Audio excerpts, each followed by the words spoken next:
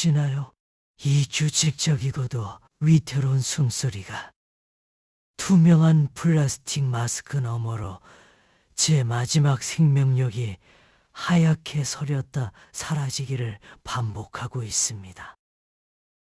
올해로 88, 참으로 길고도 무거운 생이었습니다.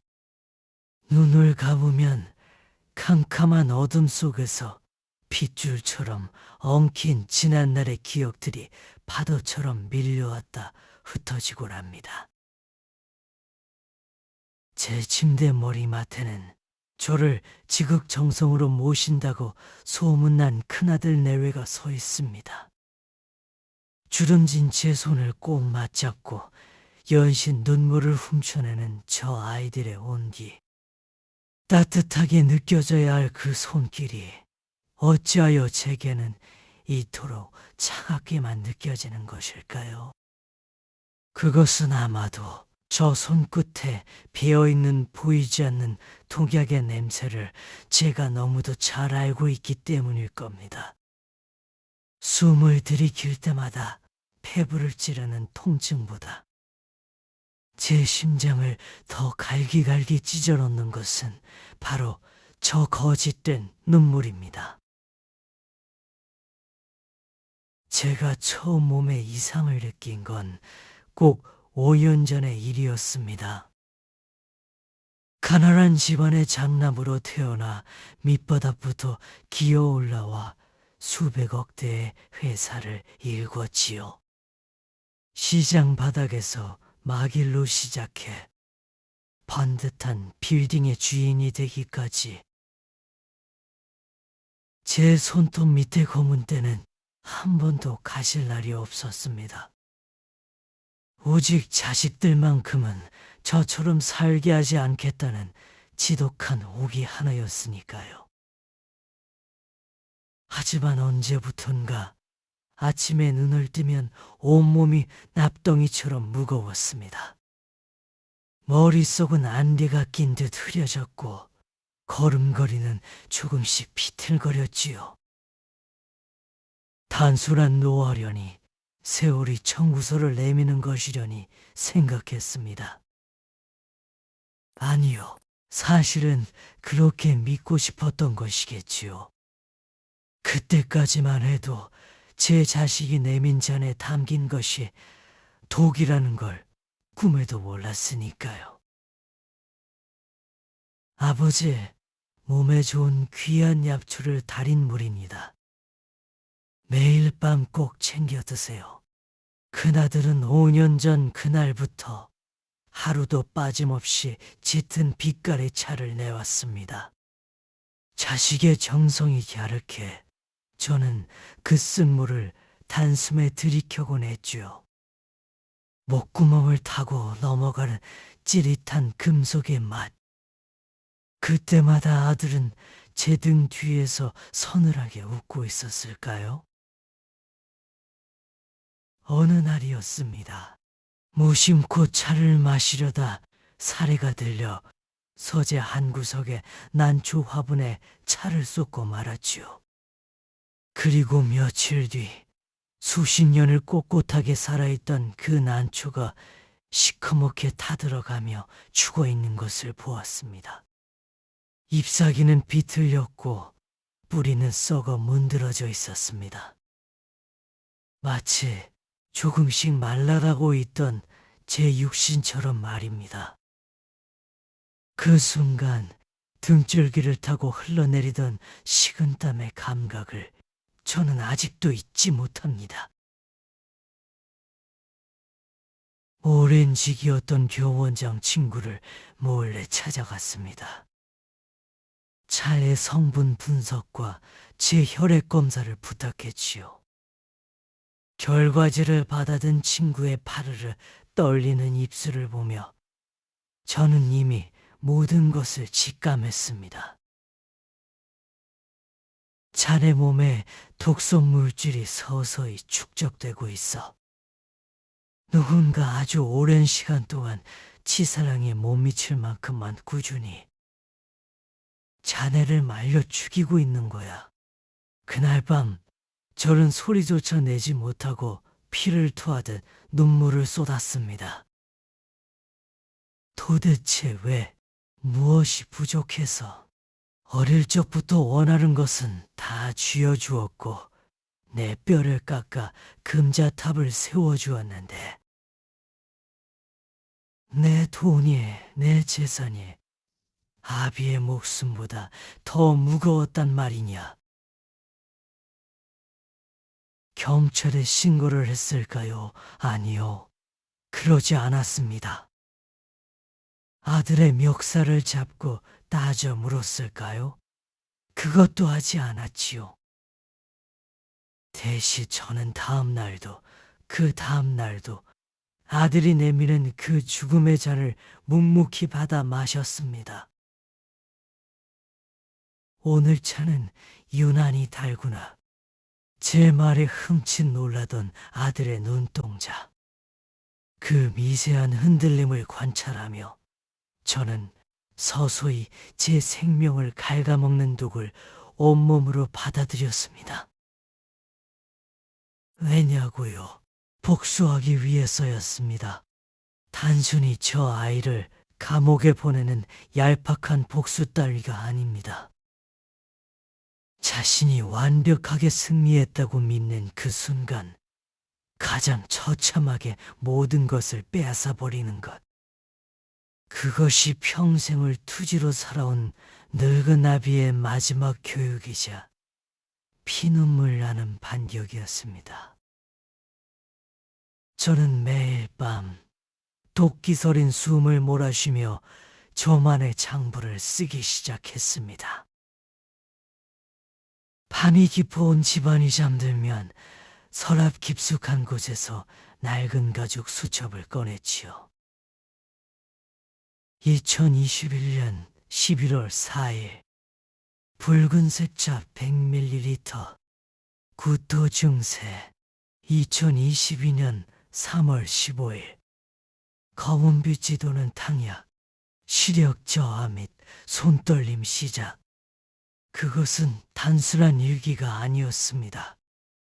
제 생명을 갉아먹은 영수증이자 아들이 갚아야 할 부효 청구서였지요. 한자 한자 적어 내려갈 때마다 자식에 대한 미련은 잿더미가 되어 흩어졌습니다. 어느 비 오는 오후 핑계를 대고 외출을 감행했습니다.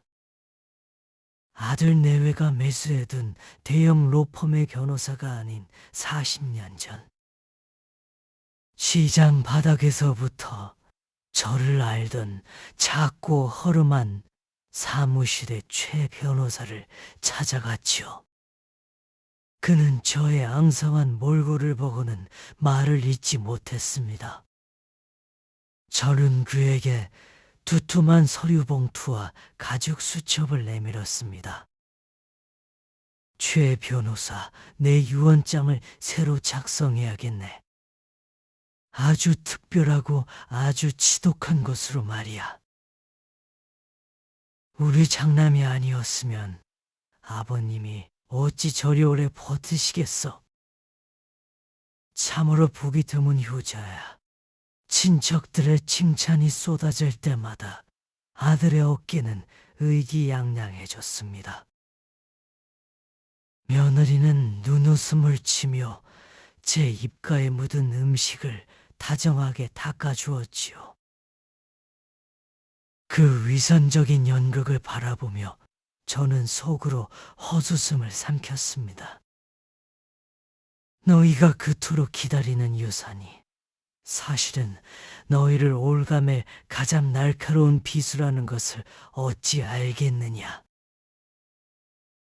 저는 그날따라 평소보다 더 허리를 굽히고 더 늙고 병든 노인처럼 손을 덜덜 떨며 음식을 흘렸습니다. 아들의 눈가에 스치던 찰나의 안도감, 이제 얼마 남지 않았구나 하는 그 은밀한 기쁨을 저는 똑똑히 목격했지요. 그리고 지금 저는 다시 이 삭막한 병실에 누워 있습니다.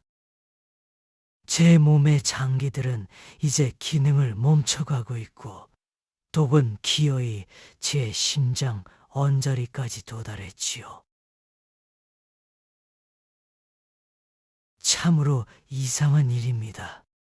육신이 죽음의 문턱을 넘으려 하는 이 순간, 제 정신은 지난 80년의 그 어느 때보다도 투명하고 맑아지니 말입니다. 돈에 얽매여 가족이라는 이름의 감옥을 만들었던 제 지난 날들. 누구의 아버지, 누구의 회장님으로만 살아왔던 무거운 껍데기들이 이제야 하나둘씩 바닥으로 떨어져 내리는 기분입니다. 나의 죽음은 끝이 아니라 완벽한 해방의 시작이 될 테니까요. 아버지, 눈 좀 떠보세요. 이대로 가시면 어떡합니까? 아들의 울부짖음이 병실을 가득 채웁니다. 마지막 숨을 헐떡이며 저는 흐려지는 시야 사이로 아들의 얼굴을 응시했습니다. 너는 나를 죽였다고 생각하겠지. 내 피와 땀이 서린 모든 것을 내가 온전히 가졌다고 쾌재를 부르겠지. 하지만 아들아, 나는 내가 준 독을 마시고 죽는 것이 아니다. 나는 스스로 내 삶의 마침표를 찍고 너에게 영원히 지워지지 않을 형벌을 내리기 위해 눈을 감는 것이다.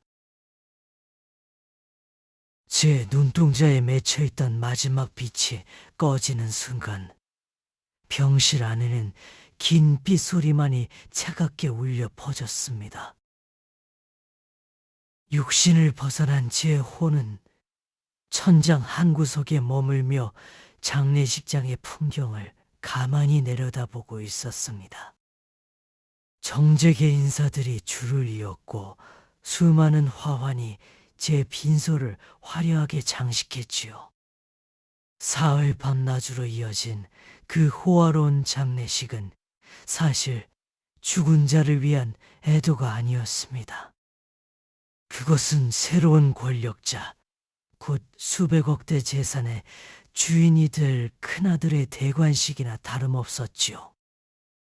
문상객들이 돌아간 새벽녘, 휴게실에 모인 자식들의 대화가 제 귀를 때렸습니다.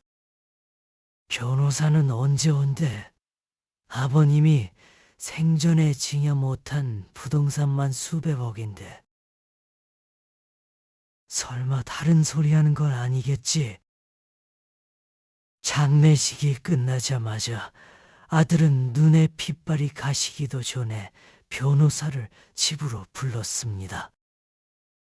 허름한 양복 차림의 최 변호사가 서재로 들어서자 아들의 미간이 살짝 찌푸려졌지요.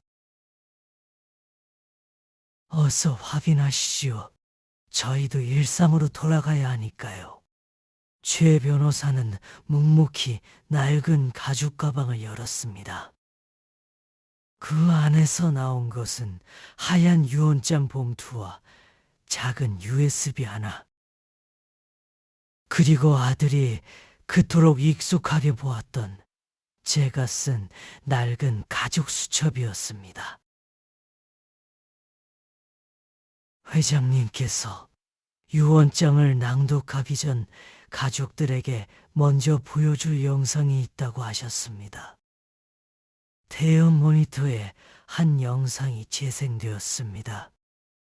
그 안에는 휠체어에 앉아 산소 호흡기를 떼고 카메라를 정면으로 응시하는 제 모습이 담겨 있었습니다.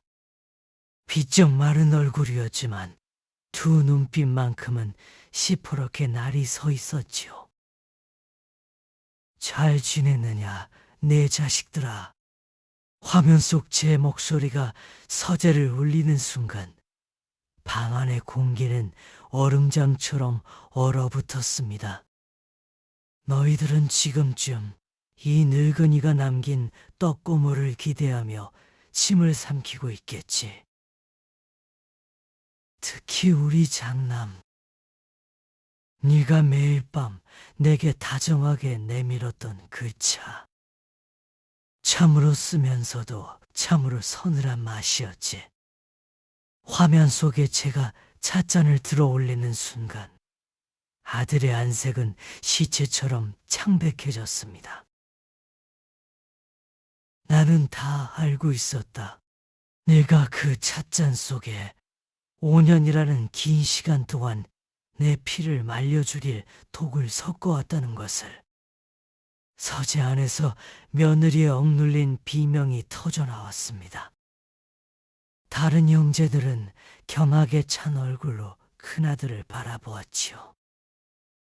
저는 가죽 수첩을 펼쳐들고 또박또박 읽어내려갔습니다. 2023년 5월 10일 두통약으로 위장에 타놓은 가루약이 그램. 2024년 1월 한약에 섞어놓은 정체불명의 앰플. 너는 늙은 아비의 눈과 귀가 멀었다고 생각했겠지. 하지만 이놈아, 내 돈은 공짜가 아니란다.